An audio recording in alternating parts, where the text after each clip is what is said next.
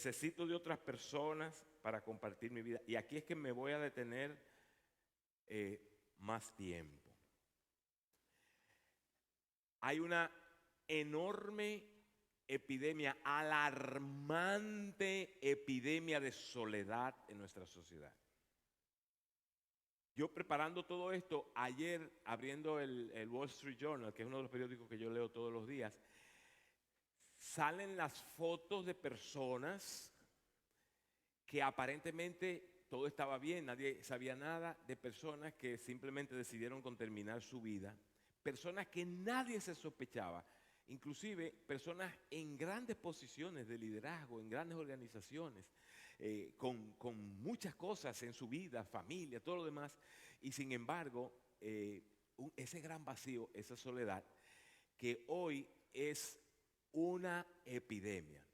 Tuve la dicha el fin de semana pasado, como se recuerdan, de tener la oportunidad de tener a Álvaro y a Aura. Es un gran privilegio porque ambos son trabajadores de esta ciencia, de la psicología, de lo que está pasando. Y tuve obviamente oportunidad de hablar mucho con ellos, mi esposa y yo, cuando salimos a comer y todo eso. Y me dio unas estadísticas espeluznantes de la condición de este tema, de personas que aparentemente están rodeadas de otros, pero están solas, porque no han determinado llenar ese espacio con otras personas para compartir su vida. Pues no estamos hablando de personas simplemente que estén en un nivel de cercanía física. Estamos hablando de personas que podamos compartir. Compartir tiene que ver con abrir nuestras vidas, personas con las que podamos caminar nuestra vida. Uno de los más autoritarios estudios que lo hizo la Universidad de Harvard ha determinado que el 80% de las personas que pasan de 85 años es porque tienen una compañía cercana. Un amigo, una persona con la que comparten su vida.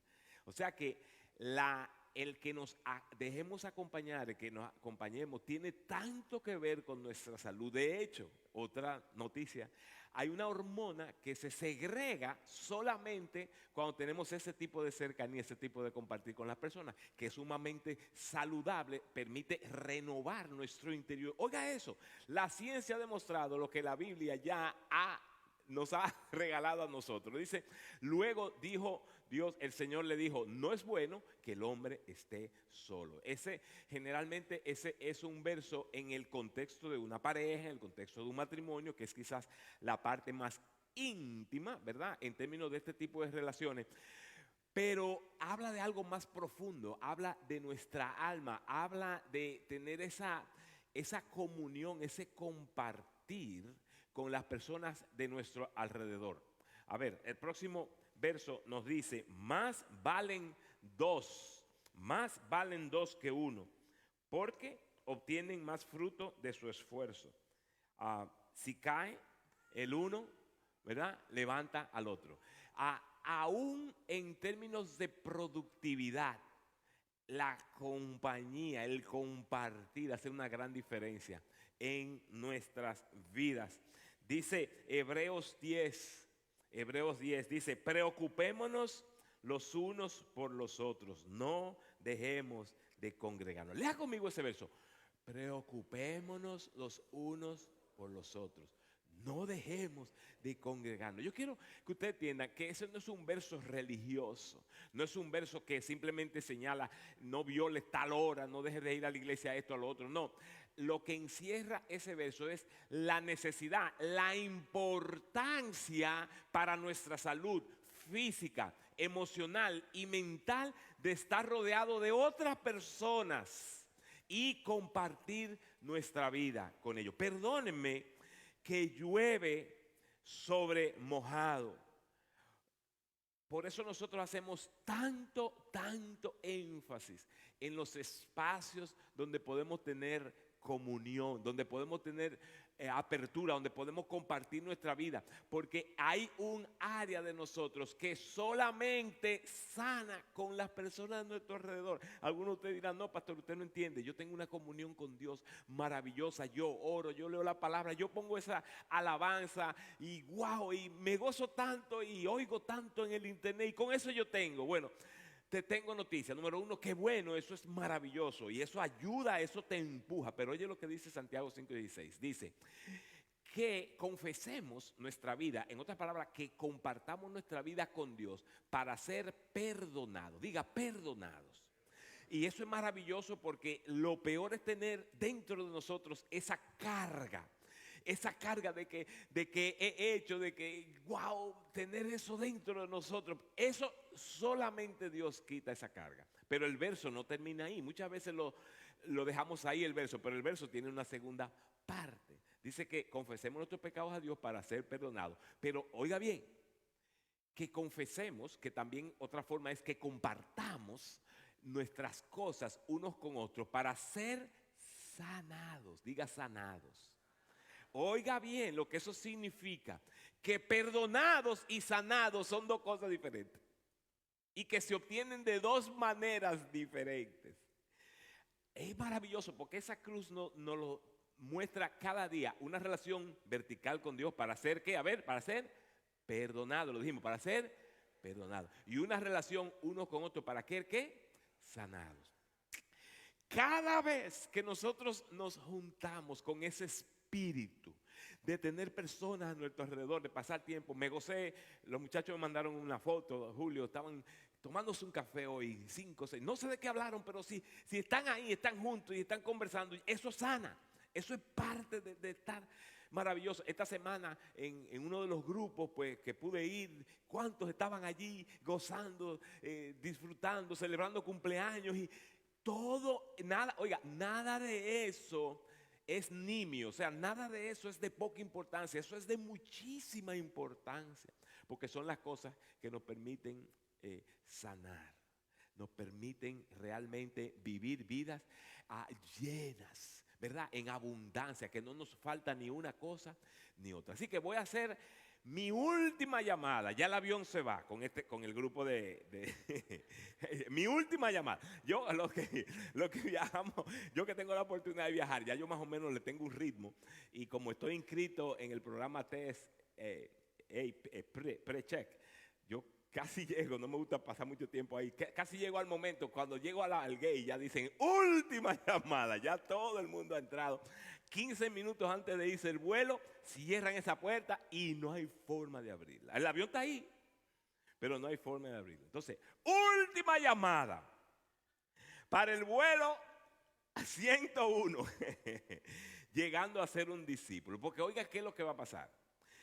Que ustedes van a empezar un caminar desconocido para ustedes, pero de mucha llenura. Y nada me llenaría de gozo, de alegría, ver más de ustedes empezando este camino. Usted dirá, wow, pero ahora tengo yo que los lunes, entonces darle este tiempo. Usted no se imagina el retorno que eso significa. Y óigame lo que le voy a decir. El espacio es un espacio, lo voy a describir, socrático. Socrático significa que no es un líder que le va a estar enseñando, sino facilitando la lección. Usted va a tener que estudiar su lección, aprender a ser un discípulo. Usted va a tener que traer sus propias conclusiones y ninguna respuesta es mala para los que tienen trauma, porque hay gente que tiene trauma. Yo no quiero nada de librito ni de ir porque me quemé en la escuela y no quiero estar dando respuestas que no son y que yo, no, nada de eso.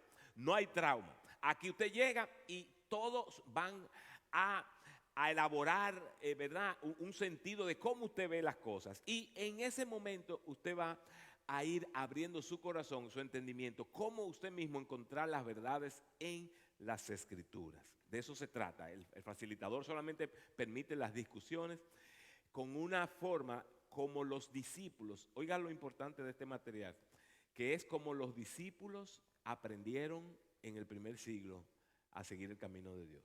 Entonces, última llamada, diga última llamada.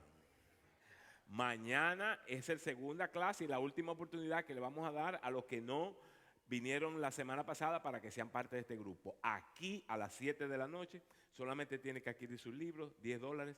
¿Y sabe lo que va a suceder? Usted va a empezar a conocer personas y usted va a encontrarse que va a rodearse de personas y va a cumplir con este propósito, compartir su vida. Va a encontrar que no solamente va a venir aquí a los grupos, sino que van a encontrar otros momentos para irse a beber un café, para ir a un sitio, para ir de vacaciones, y eso le va a ayudar a identificar personas con las que usted pueda compartir su vida, porque hasta que usted no logre eso, no va a ser sanado. Lo último que voy a decir sobre este punto, oiga, y esto ya es una observación de nosotros de todos los años. Las personas que se acercan a Dios, una gran mayoría, vienen a Dios por alguna necesidad. Alguna necesidad, algún vacío, alguna decepción, algún problema en el trabajo, alguna depresión, algún sentido suicida. Se acercan a Dios con algún problema. Oiga lo que les digo.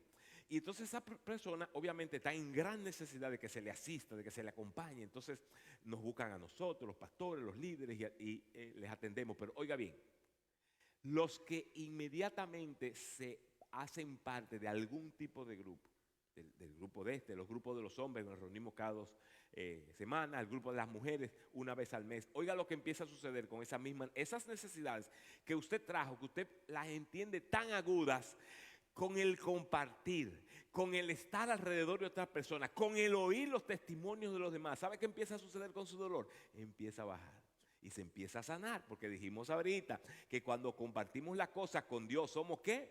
¿Somos qué? Con Dios somos ¿qué? Perdonados. Pero cuando las compartimos y abrimos nuestro corazón uno con otro, ¿somos qué? Sanados. Mire, esto es muy, muy, muy vital. La Iglesia Católica tomó esto y lo entendió, le dio realmente una interpretación de que era al sacerdote que había que ir a confesarse. Y bueno, tuvieron una buena parte de la interpretación. Lo lindo es que no es al sacerdote, es a cualquier persona de la comunidad con la que hagamos intimidad, donde nos hagamos rodear de personas. Así que les dije que iba a dedicar mucho a este punto, porque no quiero que algunos aquí se conviertan en estadísticas, que esta soledad les lleve a otros problemas,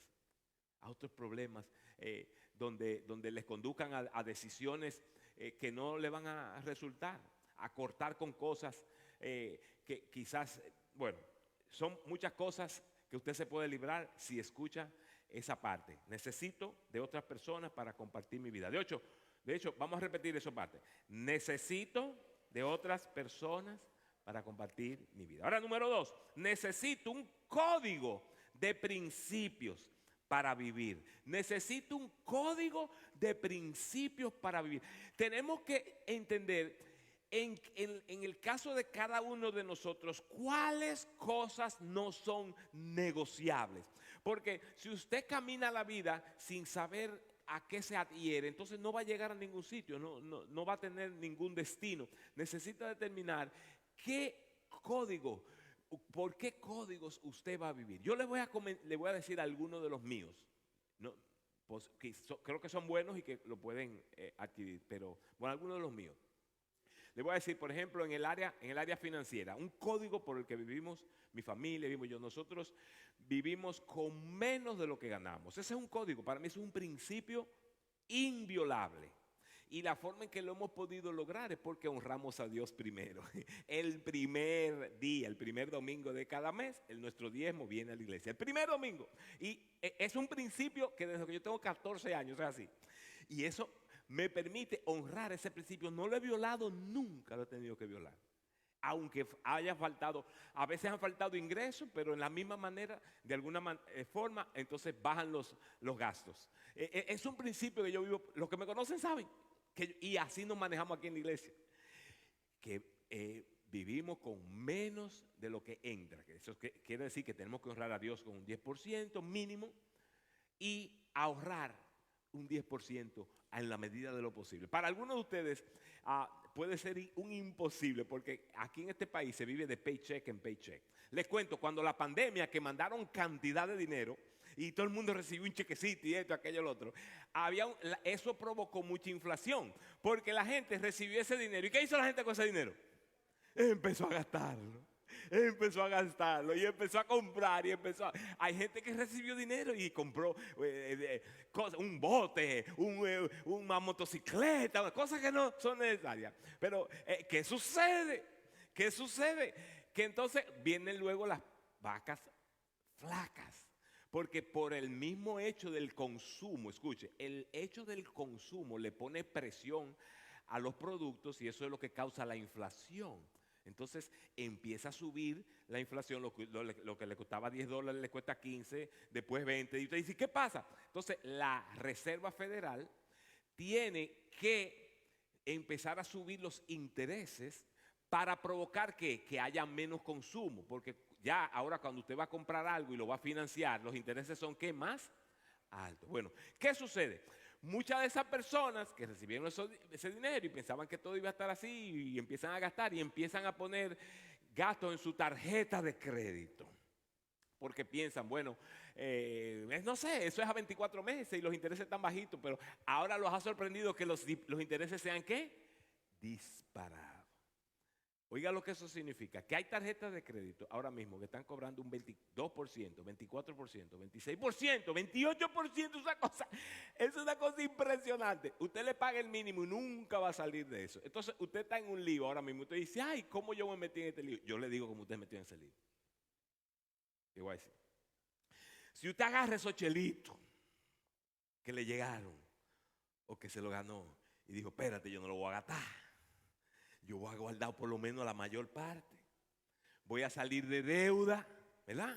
Y no voy a aumentar mi estilo de vida. Me voy a mantener con el mismo estilo. O sea, no voy a inventar cosas. Cuando llega que suben los intereses y la vaca se pone flaca, ¿qué pasa con usted? No pasa nada porque usted no puso nada en la tarjeta de crédito. No le importa que suban los intereses porque usted no tiene gastos en esa. Bueno. Le estoy dando un punto. En mi caso eso es importante. Es uno de mis códigos. Otro de mis códigos. Yo no cuento lo que usted me cuenta a la izquierda, yo no lo cuento a la derecha. Eso ha sido así. Mi esposa es igual también. Es un código. Es un código de nosotros. Es más, ustedes se van a reír. O se pueden reír. Hay cosas que usted me dice a mí y usted asume que yo se la voy a contar a mi esposa y no necesariamente.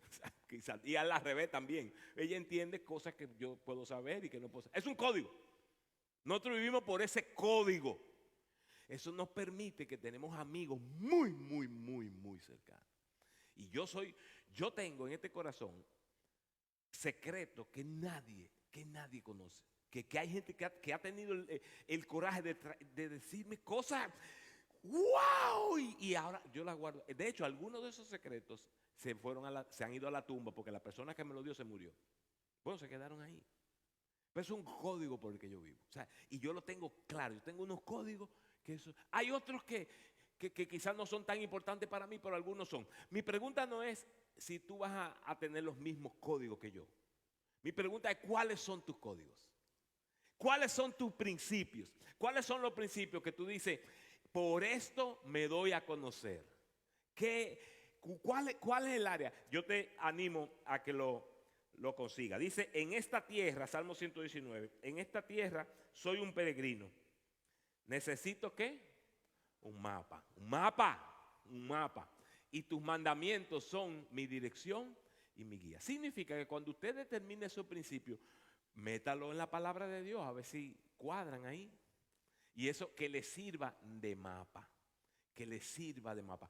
Hay otros principios, por ejemplo, que son más universales, que yo trato de llevar. Y es no guardarle nada a nadie.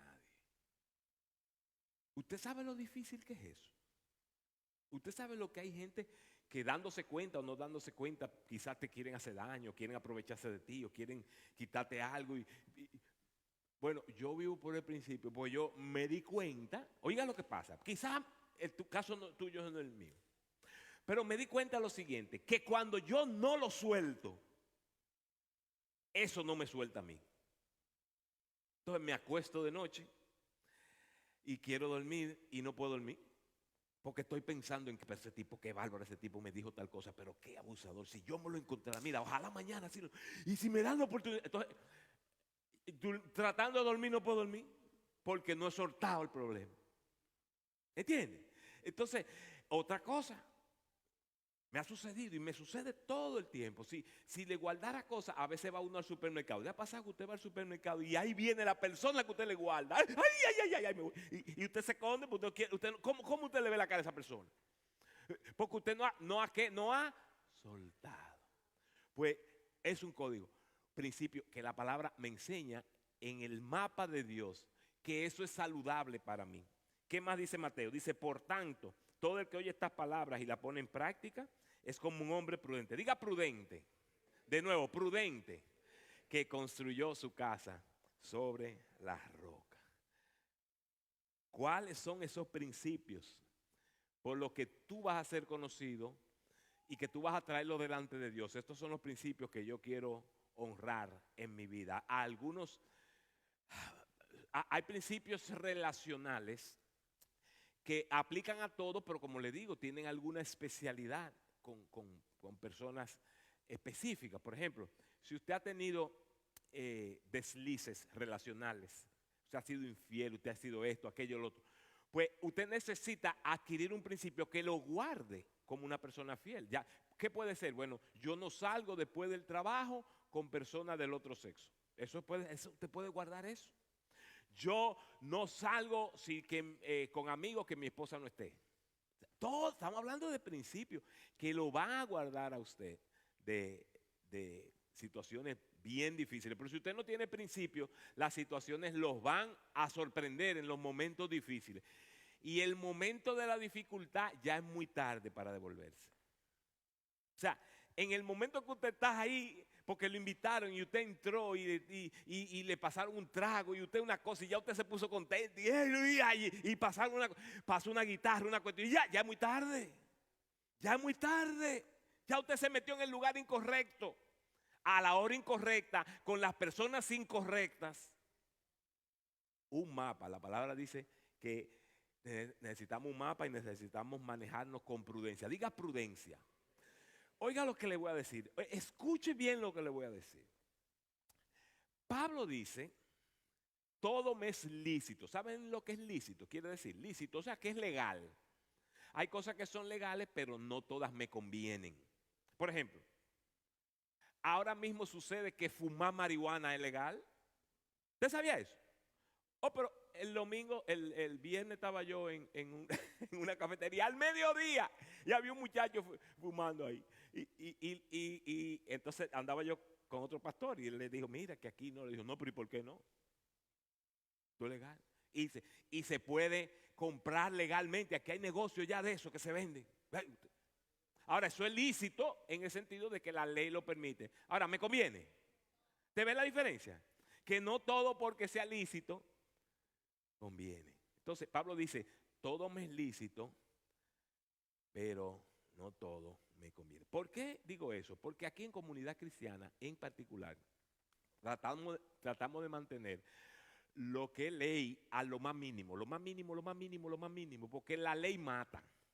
Porque cada persona tiene una historia diferente y una circunstancia diferente. No es tanto si te es lícito hacer cosas, es si te conviene.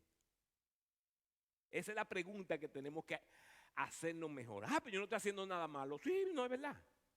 Pero te conviene. Te estás metiendo en el lugar. Mira, yo beberme una cervecita, eso no es nada. Bueno, quizás para alguna persona. Pero en el caso tuyo en particular, que vienes de una familia alcoholizada, de un padre alcoholizado, de un abuelo abusador, de toda esa situación, ¿te conviene? Me están siguiendo. Entonces, la pregunta tanto no es si es lícito. Yo no tengo nada malo.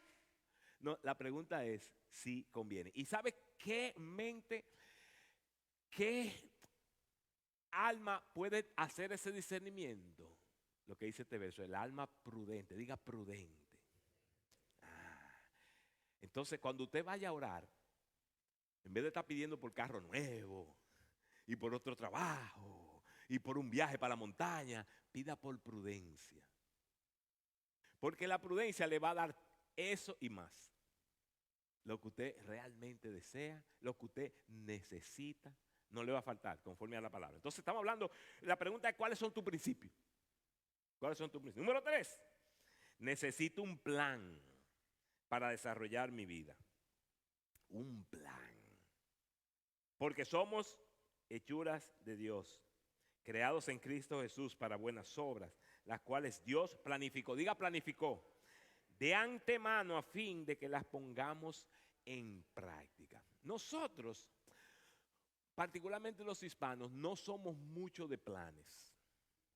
Somos mucho de gozo y de alegría, sobre todo los de la isla, nosotros por dominicano, ¿verdad? Brincar para arriba, por eso nos llaman Banana República, ¿ves? O sea, hey, esos son monos brincando para arriba, gozando y no estamos planificando. A mí me chocó muchísimo, muchísimo cuando yo llego a este país a los 26 años. Yo vine a trabajar con una persona que algunos de ustedes conocen, Gary Hartley. Él era lieutenant del Ejército de Salvación. Y en una de nuestras primeras reuniones, porque nos reuníamos, yo tenía 26, él me lleva 11, tendría 37 años. Entonces, nunca me olvidé ese día, porque ese día me chocó. Dije, tenía 37 años, había venido de Massachusetts, había vendido su casa.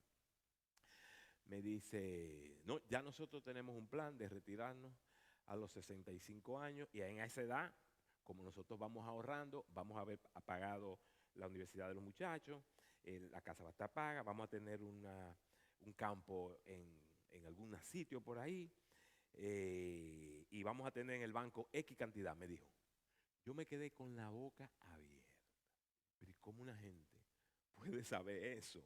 Sí, disfruta muchacho tu ahora. ¿Cómo que tú estás pensando en eso? Yo que venía con esa mente así de vamos a ver qué pasa, qué sé yo qué.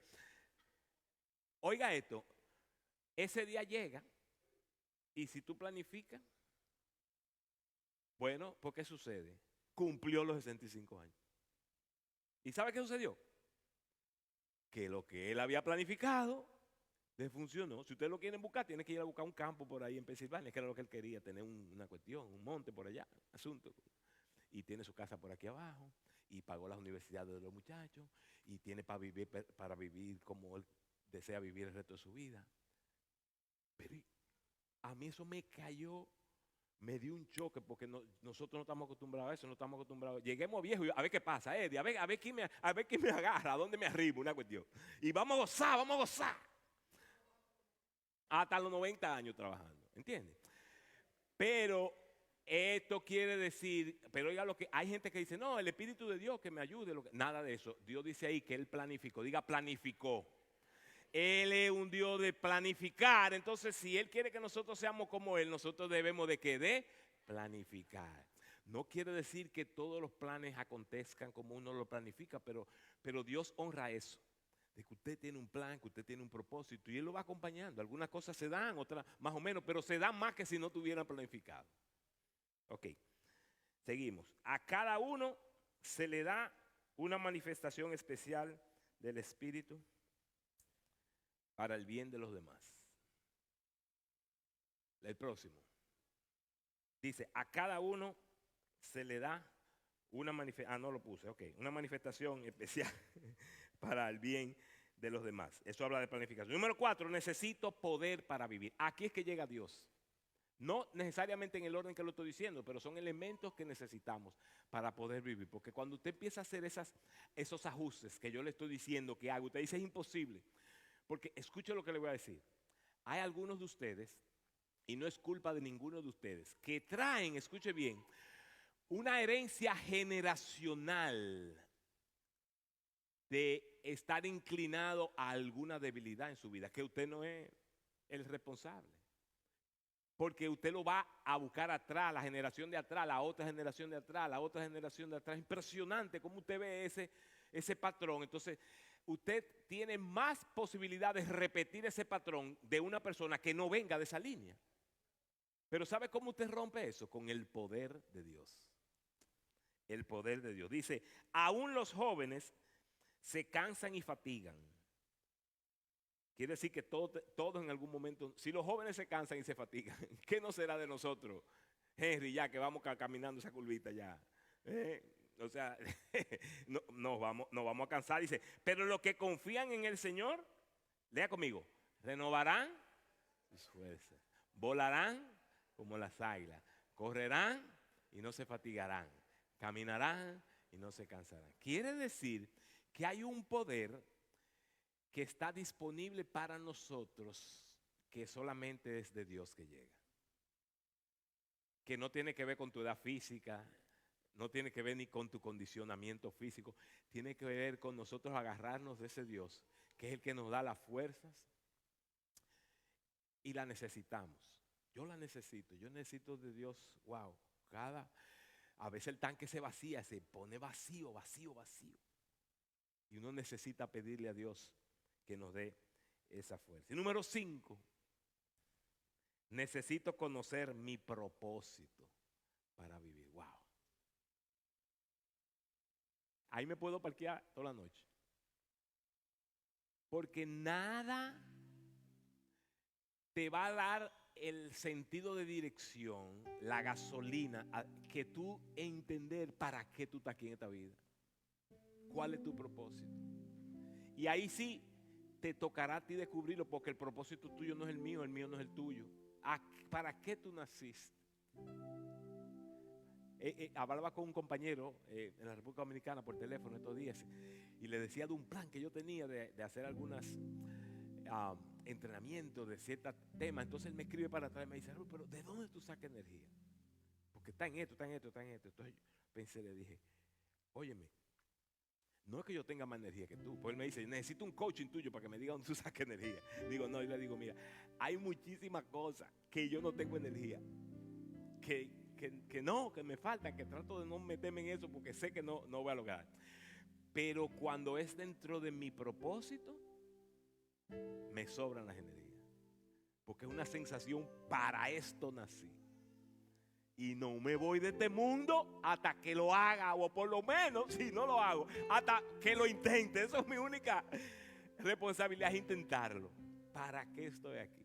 Como le dijo Jacob, Jacob agarró al ángel. A un ángel, usted sabe qué más poderoso que Jacob era este ángel. Dice, lo agarró y dice, si no me bendice, no te va. No te va. El ángel, pero suéltame, Jacob, que no te va. Dice, si no me bendices, no te va. Y esa es la actitud que tenemos que tener para encontrar ese propósito. Porque no nos va a llegar del cielo. ¡Ay! Lo descubrí. No. Requiere experimentar.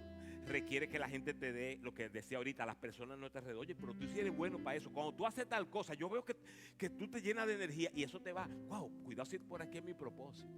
O la gente te dice, eso sí tú lo haces bien. Nada de eso sucede viendo televisión. Nada de eso. Es estar activamente buscando y tratando de encontrar el propósito de Dios. Dice, sin embargo, oiga un hombre con propósito. Sin embargo, considero que mi vida carece de valor para mí mismo, con tal de que termine mi carrera y lleve a cabo el servicio que me ha encomendado el Señor. Es un hombre, Pablo, claro en lo que Dios le había llamado. Y él en otro verso, ¿verdad? Expande más sobre esto, pero aquí nos da un resumen. Dice que es, o sea, ¿cuál es mi propósito? De dar testimonio del evangelio, de la gracia de Dios. Para eso nació él. Para eso nació él. Y eso lo agarró de tal manera que su último viaje fue a Roma y él sabía que en Roma lo iban a matar. Él lo sabía. Se lo había, pero él no dejó de ir con ganas, porque sabía que también eso era parte de su propósito. Eso es lo que hace cuando tú descubres tu propósito, que no importa qué sacrificio tienes que hacer. No estás pensando en cuánto te vas a ganar, no estás pensando en qué beneficios vas a tener, sino para esto nací. Dice, su divino poder nos ha concedido todas las cosas que necesitamos para vivir como Dios manda. Léelo conmigo ese verso. Su divino poder nos ha concedido todas las cosas que necesitamos para vivir como Dios manda. Así que con ese verso, oiga lo que quiere decir ese verso, porque es posible que algunos de ustedes choquen con estos conceptos, pero ¿dónde arranco? ¿Dónde empiezo? Bueno, la buena noticia es que si arrancas lo va a encontrar, porque la palabra dice, el que busca, encuentra. Pero hay que buscar. O sea, tú no lo vas a encontrar mirando pajaritos. Hay que buscar. O sea, por eso vuelvo y les digo, No me hablen lo que pueden y no vengan y no empiecen a entrar en este mover. Ay, que tengo tal problema, que no sé, que no tengo tiempo. Ah, pues tú no estás buscando. Pon de ti y garantizado que vas a ir en esos caminos. Recuérdate estas 5 P, las personas, tener un plan, un propósito, el poder de Dios. Esas cosas te van a dirigir, te van a mostrar ese camino. Si tú deseas que Dios te vaya encaminando en ese propósito, ponte de pie conmigo y vamos a pedírselo al Señor.